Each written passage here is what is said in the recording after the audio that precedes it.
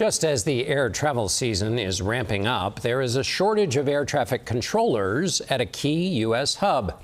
Newark Liberty International, minutes from Manhattan, has been dealing with disruptions and longer wait times for more than a week. Senior transportation correspondent Kris Van Cleave looked into this. For the 8th straight day, massive disruptions at Newark Liberty Airport. There have been thousands of delays, some hitting nearly 5 hours. More than 800 flights have been canceled in the last week at the nation's 12th busiest airport.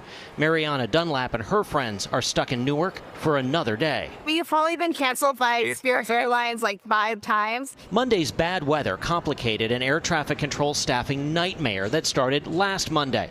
After a number of system outages, controllers' screens essentially went dark for up to 90 seconds, losing the ability to track aircraft at a key facility handling traffic in and out of Newark.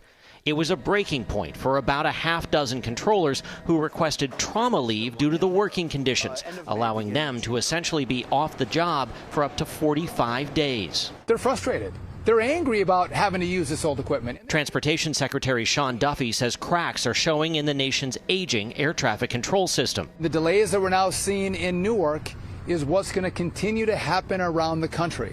Duffy is expected to announce a multi-year plan to overhaul and update the system this week. We had 7 flights yesterday delayed for over 3 hours. Alaska Airlines CEO Ben Minicucci. Do you worry about the safety of Newark or the safety of the air traffic control system in general? I believe our industry is safe. I think, it's been proven over and over again, this is one of the safest modes of transportation. The area we have to focus on is air traffic control. Kris, I'm going to grab onto that 90 seconds of screens going dark. That sounds terrifying. Tell me about that. Well, we understand that as these system outages were going on, that communication was inconsistent. Screens were freezing. There's some indications that essentially the controllers couldn't see or communicate with aircraft traffic for about a 90-second period, but that there had been a series of outages. If a center like this goes down, that traffic should get handled by another center. There are redundancies here, but if you're the controller, certainly you can see why it would be unnerving to essentially have your system freeze in front of you. Indeed. And so what happens next in this story?